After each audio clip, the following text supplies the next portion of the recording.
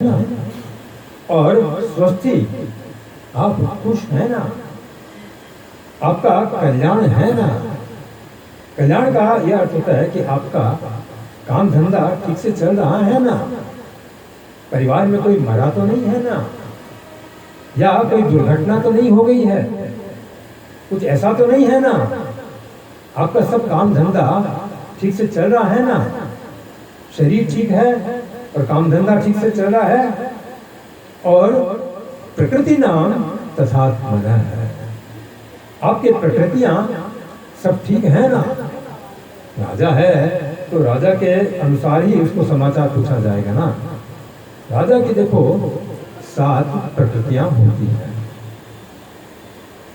एक तो होता है पहला, आइए माता जी यहाँ बैठे आ जाइए। एक तो होता है पुरोहित। राजा के पास मंत्रणा देने वाला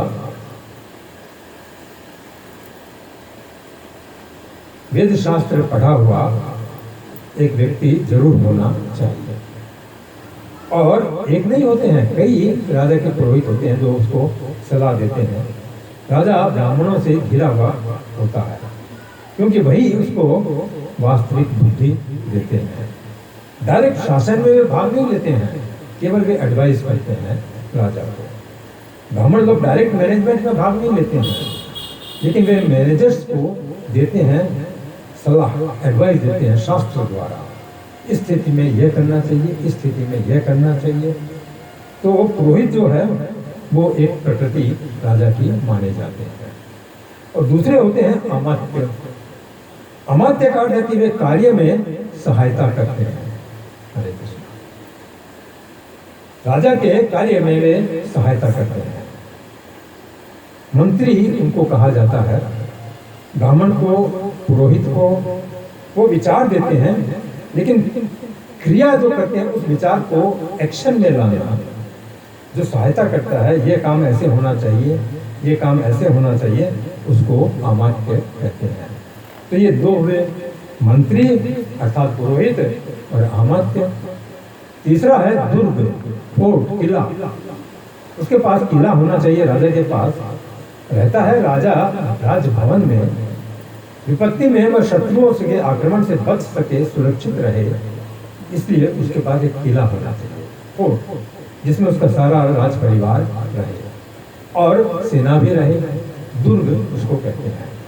चौथा है कोष, खजाना। उसके पास नगद पैसा होना चाहिए राजा के पास, तभी ये राज्य ठीक से चलेगा।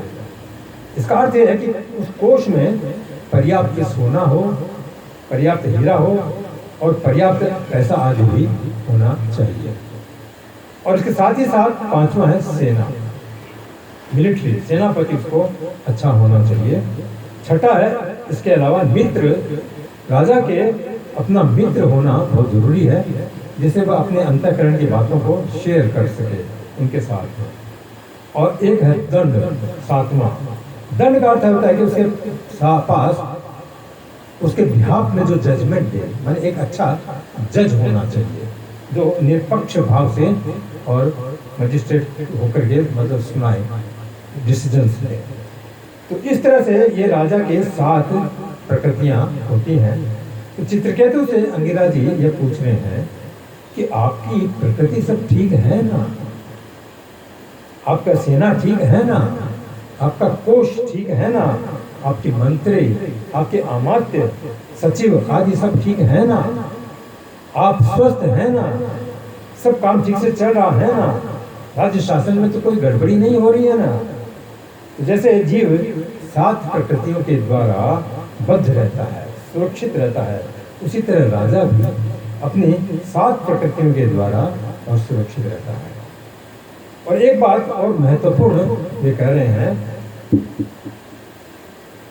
कि आत्मानं प्रकृति श्रद्धा निधाय श्रेय आप्नुयात् राज्ञा तथा प्रकृतयो नरदेवा हितादय। यदि राजा इन प्रकृतियों के अनुसार चलता है तो राजा सुखी रहता है। प्रकृतियां भी जो साथ में अभी गिनाया, जब राजा के अनुसार चलती है, उसको समर्पण करके, उसको भेंट वगैरह दे करके, तो प्रकृतियां भी सुखी रहती है। ये बात ये कह रहे हैं। तो राजा अपनी प्रकृतियों पर आधारित होकर के और सुख से रहता है। राजा कहाँ देखो पूरे देश में घूमेगा, क्या क्या करेगा अकेला, लेकिन उसकी जो प्रकृतियां होती हैं, उसके जो मंत्री, उसके अमात्य वे सेवा करती हैं। इन पर अपना कार्यभार दे करके और उनकी सहायता से वो कल्याण को प्राप्त होता है। तो श्रेय है आत्मज्ञान, तो श्रेय को प्राप्त करता है। अकेले राजा कुछ भी नहीं कर सकता है, उसके अपने इस तरह के लोग होते हैं सहायता देने वाले, और वे लोग राजा के आश्रित रह करके और सुख से रहते हैं। तो राजा को कल्याण है कि इन सातों प्रकृतियों पर निगाह रखना, उन पर आश्रित रहना, उन पर विश्वास करना, और उन सातों का भी कर्तव्य है कि वे राजा की शरण में रहें, राजा की आज्ञा का वे पालन करें। तो इनके अंगिरा जी के कहने का आशय यह है कि आपके राज्य में कोई मंत्री, कोई सेनापति आपके साथ बगावत तो नहीं कर दिया है, मुटीनी बगावत तो नहीं कर दिया है आपके साथ में, कोई ऐसा तो नहीं है कि आपसे वे असंतुष्ट हैं। राजाओं के पास देखो बहुत खतरे रहते हैं, दूसरे लोग चाहते हैं कि हम राजा हो जाएं, चाहे इस राजा को मार करके हम राजा हो जाएं, चाहे जनता ही वोटिंग दे करके इस राजा को हटा दें, जैसे तैसे हम राजा हो जाएं। इसलिए राजा को बहुत खतरा होता है, विष का खतरा रहता है कि कोई जहर नहीं दे दे, अस्त्र शस्त्र का खतरा रहता है। ये पूछ रहे कि आप प्रकृतियों से संतुष्ट हैं ना, और प्रकृतियां आपसे संतुष्ट हैं ना, अर्थात आपका राज्य का काज सब ठीक से चल रहा है ना, पैसे की तो कोई कमी नहीं है ना, कोष की कमी नहीं है ना, सेवकों को यथा समय वेतन दे देते हैं ना, सैलरी उनको दे देते हैं ना। ये देखो राजा का कर्तव्य है कि अपने कर्मचारियों को ठीक टाइम से उनको सैलरी दे दे, वेतन दे दे। ये राजनीति है, क्योंकि वे बेचारे काम करते हैं अपना परिवार चलाने के लिए, तो 2 दिन भी अगर लेट हो जाता है पैसा देने में तो उनका सारा काम बिगड़ जाता है। आखिर जब देना ही है तो टाइम से क्यों नहीं देना चाहिए? ये एक कुशल मैनेजर का लक्षण है। जब देना ही है तो दे दे समय पर। यदि थोड़ा भी देर किया जाए, दिन 2 दिन 4 दिन जो भी देर किया जाए, तो लड़कों की पढ़ाई के लिए उसको पैसा देना पड़ता है, पत्नी के लिए जरूरत है उसको, या और भी कोई काम करना है, तो वे उसी के लिए तो राजा का आश्रय ले रहे हैं, उसी के लिए वे राजा के साथ में सैलरी में काम कर रहे हैं। और अगर विलंब किया जाए वेतन में, सैलरी देने में, तो वे संतुष्ट नहीं हो सकते, वे बगावत कर देंगे, छोड़ के चले जाएंगे। तो अंगिरा जी पूछ रहे हैं कि सब लोग संतुष्ट हैं ना, एवरीबॉडी सेटिस्फाइड, और आप इन पर विश्वास करते हैं ना। अब एक बात और वे पूछ रहे हैं ना, जबकि वे जानते हैं कि इनको एक भी पुत्र नहीं है, लेकिन फिर भी वे इस बात को पूछ रहे हैं।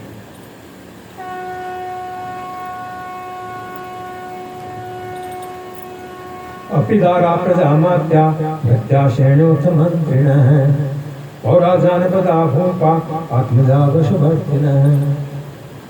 आपकी दारा मैंने समस्त पत्नियां आपके कंट्रोल में है ना, आपके वश में है ना। प्रजा, आपकी प्रजा आपका कहना मानती है, आपके कानून को मानती है। अमात्य जो आपको सलाह देते हैं, सलाह का कार्यान्वित करते हैं, वे सब आपकी आज्ञा का पालन करते हैं। भृत्या आपके सेवक सब आपके कंट्रोल में हैं। श्रेणियों व्यापारी गण सब आपके कंट्रोल में हैं। मंत्रिण जो आपको एडवाइस करते हैं, ब्राह्मण लोग, वे सब आपके कंट्रोल में हैं।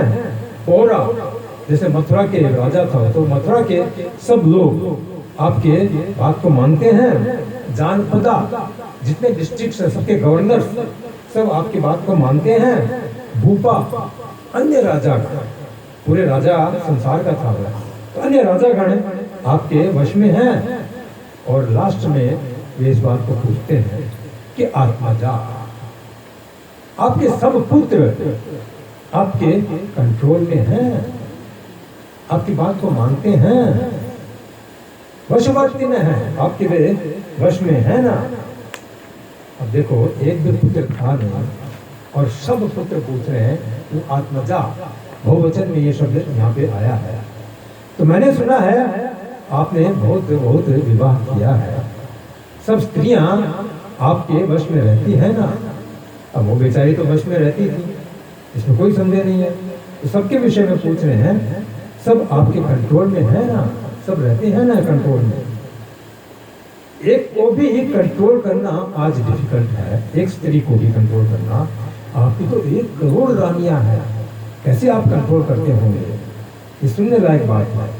इस संसार में एक स्त्री को भी और कंट्रोल करने वाला व्यक्ति वीर माना जाता है, बहुत भारी वीर होता है। और ज्यादातर तो स्त्रियां ही कंट्रोल करती हैं अपने पति को। एक जगह लिखा गया कि जैसे मदारी नचाता है बंदर को, वैसे स्त्री नचाती है अपने पति को, जो हुक्म कर दे वही होता है। तो अंगिरा जी पूछ रहे हैं कि दारा प्रजा मात्या भत्या, आपकी सभी पत्नियां आपके वश में है ना, और प्रजा आपकी शिक्षा के अनुसार कार्य करती है ना, आपके वश में है ना प्रजा। और आपके अमात्य, आपके कार्य के जो सहायक हैं, सचिव आदि, सब आपके वश में है ना। और भृत्या, आपके भृत्य सब सेवक आपके वश में है ना। श्रेणियां हैं और वणिक समुदाय, व्यापारी वर्ग और लोग। वैसे इसमें श्रेणी शब्द जो दिया गया है, तो श्रेणी का अर्थ होता है नाई, धोबी, वणिक समुदाय, पान लगाने वाला, पनवाड़ी, माली वगैरह, ये सब आपके वश में है ना। और मंत्रिणा है, ब्राह्मण आदि भी जो आपको मंत्रणा देते हैं, वे सब आपके अधीन है ना। पौरा, आपके राजधानी में रहने वाले, मथुरा में रहने वाले, पूर्व में रहने वाले जितने लोग हैं, सब आपके वश में है ना। और जानपदा और भिन्न भिन्न मंडलों के अधिपति, जैसे गवर्नर आदि, सब आपके वश में है ना। और भूपा और भी राजा सब पृथ्वी के, सब आपके वश में है ना। और लास्ट में पूछते हैं, आत्मजा वशवर्तिना है, आपके सभी पुत्र आपके वश में है ना। ये सुन करके तो राजा को भूख लग गया होगा, एक भी है ही नहीं और वश में रहने का क्या प्रश्न है। लेकिन अंगिरा जी बहुवचन में बोल रहे हैं, प्लूरल सेंस। आत्मजा आपके देह से उत्पन्न है, आत्मा देह को भी कहते हैं, इसलिए आत्मज का अर्थ होता है कि देहज। वह पुत्र जो है वो वास्तव में पति का माना जाता है। देह माने देह से, जय माने जन, तो पति का माना जाता है, क्योंकि पति के वीर्य से वह उत्पन्न होता है, इसीलिए पति के देह से ही उत्पन्न हुआ है, ऐसा माना जाता है। तो उसको आत्मज कहते हैं। तो आपके सभी पुत्र आपके अनुगामी हैं ना, आपको फॉलो करते हैं ना, आपके आज्ञा का पालन करते हैं ना। ये ऋषि लोग भी देखो बहुत बड़ा मजाक कभी कभी कर लेते हैं, ये सब जानते हैं, लेकिन इस बात को इस तरह से वे पूछ रहे हैं। तो फिर एक सिद्धांत बताते हैं अंगिरा जी,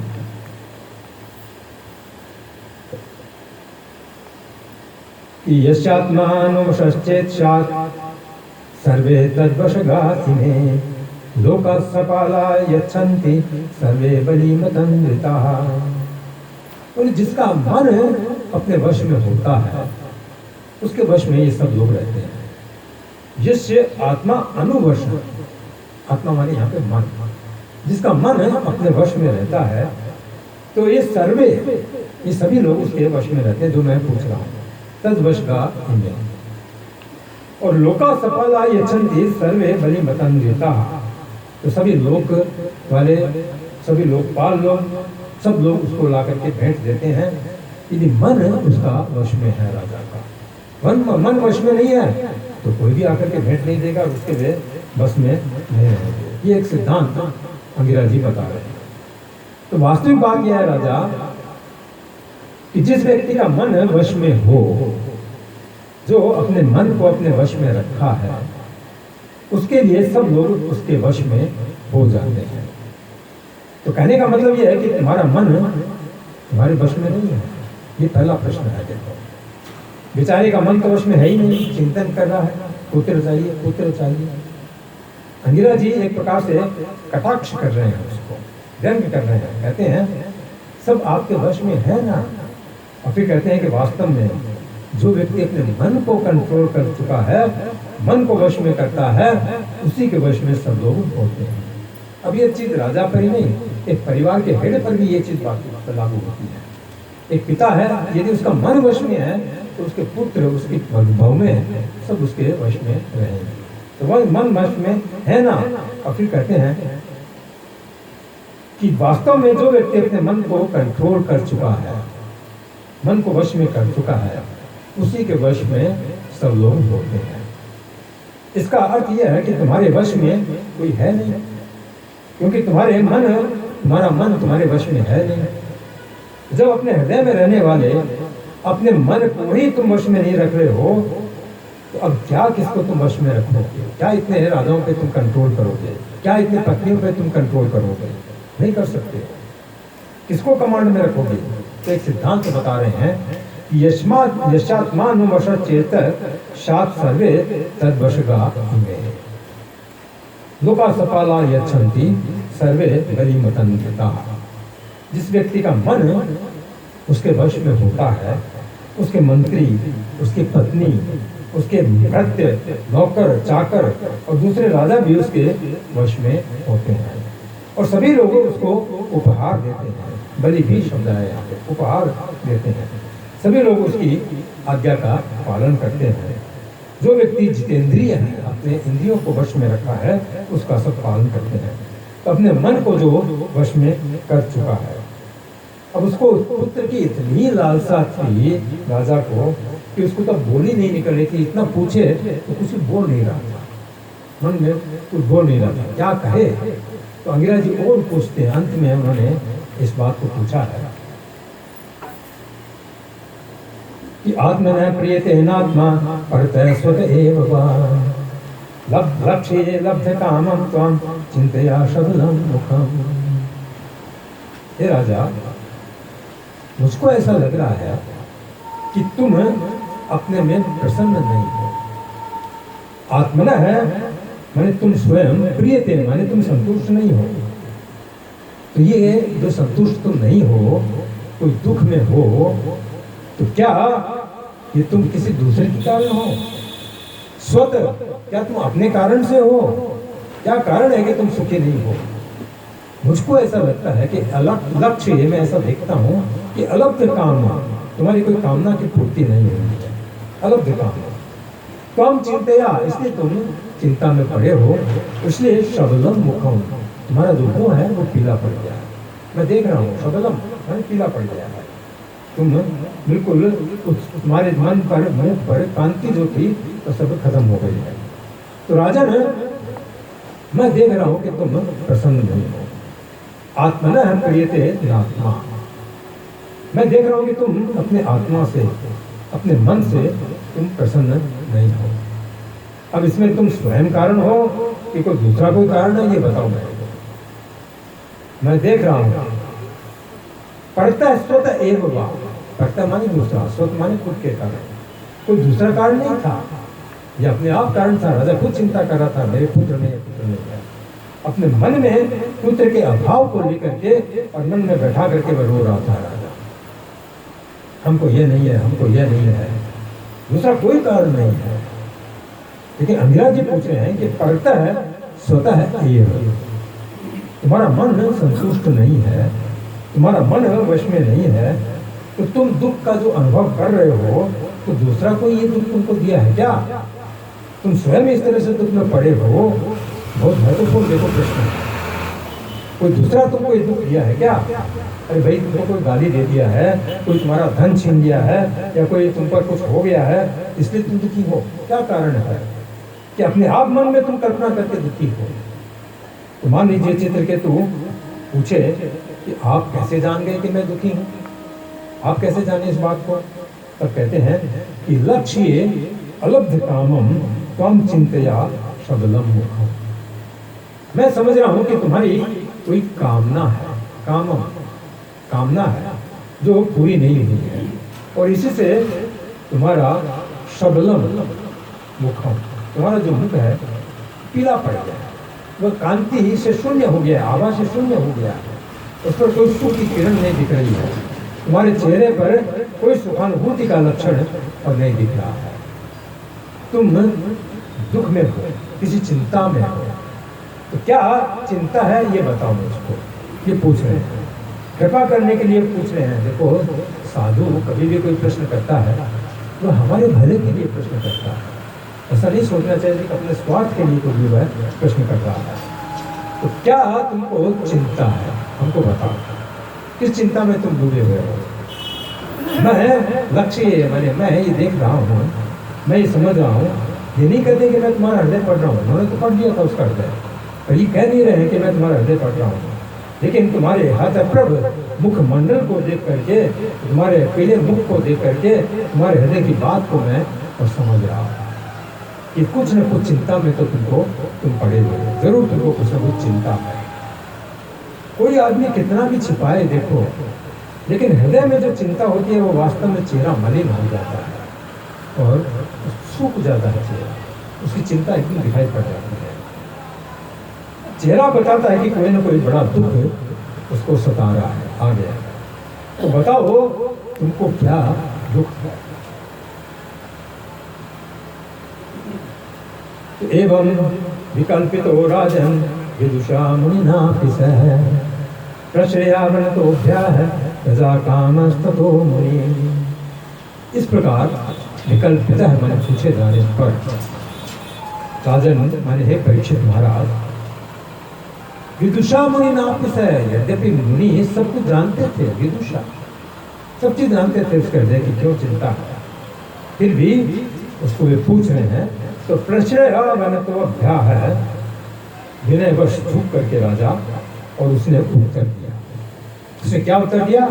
बोले प्रजा काम ततो मुनि, ये मुनि मुझको पुत्र की इच्छा है, मेरे पुत्र नहीं है, इसीलिए मैं दुखी हूँ, मैं चिंता में हूँ, यही मेरे चिंता का कारण है। तो एवं विकल्पितो, इस प्रकार से मुनि ने बहुत वैकल्पिक जो प्रश्न किया, तुम्हारा ये ठीक है, तुम्हारा वह ठीक है, किस लिए तुम दुखी हो, बहुत बात पूछे। यद्यपि विदुषा मुनि नाम, यद्यपि वे जानते थे इस बात को, विदुषा का अर्थ होता कि विद्वत्ता, वो विद्वान थे, सब जानते थे, हृदय की एक एक बात को, एक एक संकल्प को वे जानते थे। उनको पता था कि राजा चित्रकेतु क्यों इतना दुखी है, क्यों इतना वे शोक में है, लेकिन फिर भी जानबूझ करके इस बात को वे पूछ रहे थे। तो प्रजा कामा है, प्रजा माने संतान। जिस व्यक्ति के हृदय में पुत्र की लालसा बनी हुई थी, वह राजा मुनि से इस प्रकार से बोला। अब उसको विश्वास हो गया कि ये बहुत बड़े ऋषि हैं, इनके सामने मैं रोऊंगा, गाऊंगा, अपना दुखड़ा सुनाऊंगा तो मेरी कामना निश्चय पूरी हो जाएगी। उसको विश्वास हो गया था। बड़े भाग्य से ब्रह्मलोक से अंगिरा जी आए थे। तो चित्रकेतु, अब कहते हैं कुछ श्लोकों में अब चित्रकेतु का और प्रवचन है। चित्रकेतु वाचा भगवान किम न विदितम तपो ज्ञान समाधि योगिनाम ध्वस्त पापानाम भैरंत शरीषु। हे भगवान, किम न विदितम, आपको क्या मालूम नहीं है? तपो ज्ञान समाधि ही, आप तप के बल पर, ज्ञान के बल पर, समाधि के बल पर सब कुछ जानते हैं, किसके हृदय में क्या है सब कुछ जानते हैं। योगी नाम ध्वस्त पापानाम, अरे आप जैसे योगियों के तो सारे पाप, सारे कल्मश धुल जाते हैं, इसीलिए आप बहिरंत शरीरसु, हम जैसे बद्ध लोगों के, भौतिकता में बद्ध लोगों के आप अंतर की और बाहर की सब चीज आप जानते हैं। बही बाहर की भी, अंतर अंदर की भी सब चीज आप जानते हैं। तो आपको क्या मालूम नहीं है? हे सर्वज्ञ, हे भगवान, आप जैसे योगियों के लिए क्या अविदित है, क्या अज्ञात है, आपको क्या मालूम नहीं है? आप लोग तप, ज्ञान और समाधि के द्वारा प्राणियों के बाहर और भीतर की सारी बातों को जानते हैं। आप अवश्य हमारे भीतर की बात को जानते हैं।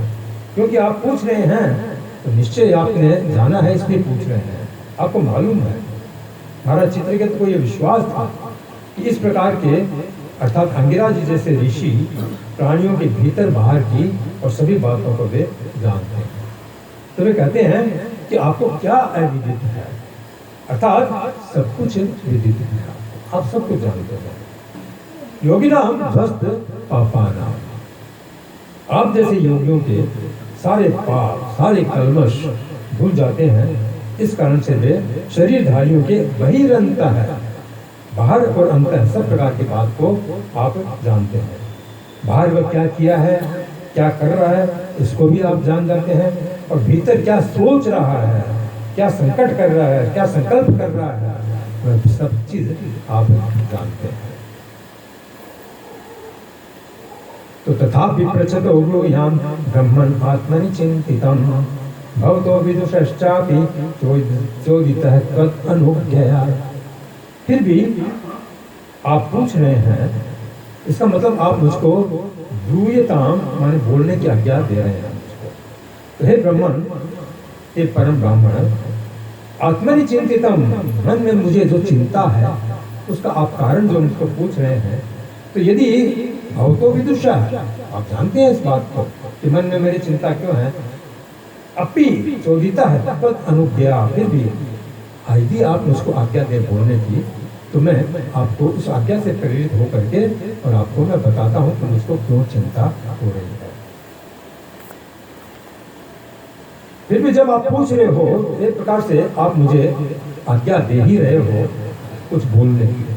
मैं जानता हूँ कि आप सब कुछ जानते हैं, फिर भी जब आप आज्ञा दे रहे हैं, पूछ रहे हैं, तो मैं अपना शोक आपको बता रहा हूँ, ये अपनी चिंता आपको बता रहा हूँ। भवतो विदुषश्चापि चोदितः तत् अनुज्ञया, मैं जानता हूँ कि आप जानते हैं सब कुछ, फिर भी मुझे आप प्रेरित कर रहे हैं कहने के लिए। तो आपकी आज्ञा से, आपकी अनुज्ञा से मैं कुछ कहना चाहता हूँ। तो कोई सामने संत बैठा हो तो ऐसा नहीं चपड़ चपड़ कुछ बोलता जाए, उसकी आज्ञा लेकर के फिर बोलना चाहिए और संतुलित शब्द में बोलना चाहिए, सुनना चाहिए कि संत क्या कह रहे हैं। क्योंकि संत कोई ज्ञान की बात कहेगा, हम जो बोलेंगे संसार की बात बोलेंगे। संत संसार की बात सुनने के लिए आपके पास नहीं आता है, वह आपको संसार की बात से दूर करने के लिए आपके पास में आता है, तो उसका सुनना चाहिए। तो आपकी अनुज्ञा से मैं कुछ कहना चाहता हूँ। तो पहले तो अपनी वे पूर्णता बताए कि देखो हमारे पास क्या क्या चीज है, वो सब बता रहे हैं कि लोकपाले पिपाठ्या साम्राज्येश्वर्य संपदा है, न नंदयन्ति न नंदयन्ति अप्रजा माम क्षुत्रकाममिवापरे। तो मेरे पास इतना धन है, इतना साम्राज्य है, इतनी संपत्ति है कि इवन स्वर्ग के राजा भी, इंद्र भी और जितने लोकपाल हैं वे सब भी चाहते हैं कि ये सब धन हमारे पास भी हो जाए। लोकपाले भी प्रार्थना इच्छा करते हैं कि हमारे पास भी ये धन हो जाए, पर ये सब न नंदयन्ति, मुझको आनंद प्रदान नहीं कर रहे हैं। क्यों? क्योंकि अप्रजा, मेरे कोई संतान नहीं है, इसलिए मुझको ये कोई चीज आनंद प्रदान नहीं कर रही है। पर जिस प्रकार क्षुत्र काम एवं अपरे, जैसे कोई भूखा है, क्षुत्र प्यासा है, उसको यदि आप कोई चीज अपरे दूसरी चीज दो तो उससे उसको सुख नहीं मिलेगा। उसको तो भोजन दोगे, पानी दोगे तो ही उसको सुख मिलेगा।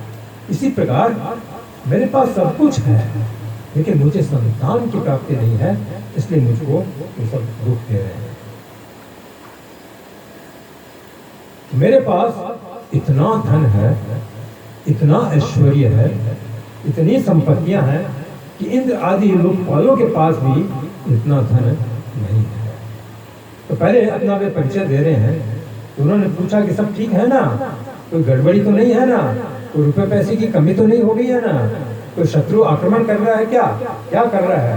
तो उसकी ये सफाई दे रहे हैं चित्रकेतु महाराज कि पहले जो समाचार पूछा था अंगिरा जी ने, उसका उत्तर दे रहे हैं कि लोकपालों के पास भी जो धन संपत्ति नहीं है वो वे लोग भी जिस साम्राज्य की, जिस धन की, जिस संपत्ति की कामना करते हैं, वो सब मेरे पास है, मुझे कोई कमी नहीं है, सब मेरे पास है। हरे कृष्णा कृष्णा कृष्णा हरे हरे, हरे राम राम राम हरे हरे। परंतु ये सब धन संपत्ति और ऐश्वर्य मिल करके भी न नंदयति अप्रजम माम, ये लेकिन ये सारी संपत्तियां, सारे ऐश्वर्य, ये मुझको सुखी नहीं कर पा रहे हैं, इंद्रिय सुख नहीं दे रहे हैं मुझको ये सब। क्यों? क्योंकि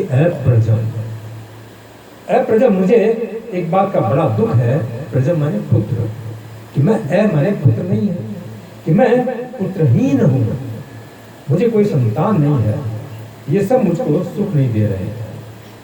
एक दृष्टांत दे रहे हैं कि किस तरह से सुख नहीं दे रहे हैं। जैसे क्षुत्र कामम इव अपरे, जैसे किसी व्यक्ति को खूब भूख लगी है, प्यास लगी है, कई दिन से वो भूखा है और वो भोजन रट रहा है, पानी चाहता है, तो उस समय क्षुत्र कामम इव अपरे, यदि भूख से व्याकुल और प्यास से व्याकुल व्यक्ति को कोई दूसरी वस्तु दी जाए तो वह कभी उन वस्तुओं से सुखी नहीं हो सकता है, बिल्कुल सुखी नहीं होगा। उसी तरह से हमारे पास बहुत संपत्ति है, सब कुछ है, लेकिन पुत्र की मुझे कामना नहीं है, लेकिन मुझे पुत्र की कामना है। अतः मुझे दूसरी वस्तुओं से कोई सुख नहीं मिलेगा। यदि किसी व्यक्ति को बहुत भूख लगी हो, प्यास लगी हो, और उसको आप जाकर के 10,000 रुपये का एक माला खरीद करके उसको पहना दीजिए और कहिए कि देखो बहुत महंगी माला है, आप इसको पहन लो, वो निकाल करके बिल्कुल फेंक देगा उसको झट से। अरे हमको पानी दो, हमको लस्सी दो, चाहे कुछ दो, मैं पीऊं, कुछ खाने के लिए दो, मैं मर रहा हूँ। तो कहेगा नहीं हमको माला वाला बिल्कुल नहीं है, तो कहेंगे माला पहनो, नहीं फेंक देगा। तो कोई कहे कि इसको नक्श सिक्त चंदन का लेप कर दो, गर्मी में है, ठंडा हो जाएगा, शीतल नहीं होगा, ये शीतल हो जाएगा, मर जाएगा, शीतल नहीं होगा तो बेचारा। जैसे भूख प्यास से व्याकुल व्यक्ति को माला और चंदन और स्त्री आदि सुखी नहीं कर सकते हैं, उसी तरह से मुझको ये साम्राज्य, ये धन और ये पद कुछ भी सुखी नहीं कर पा रहा है।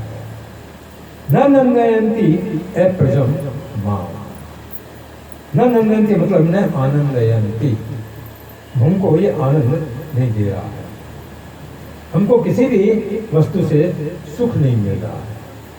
क्षुत्र कामम एवं अपरे, जो व्यक्ति पानी चाहता है, भोजन चाहता है,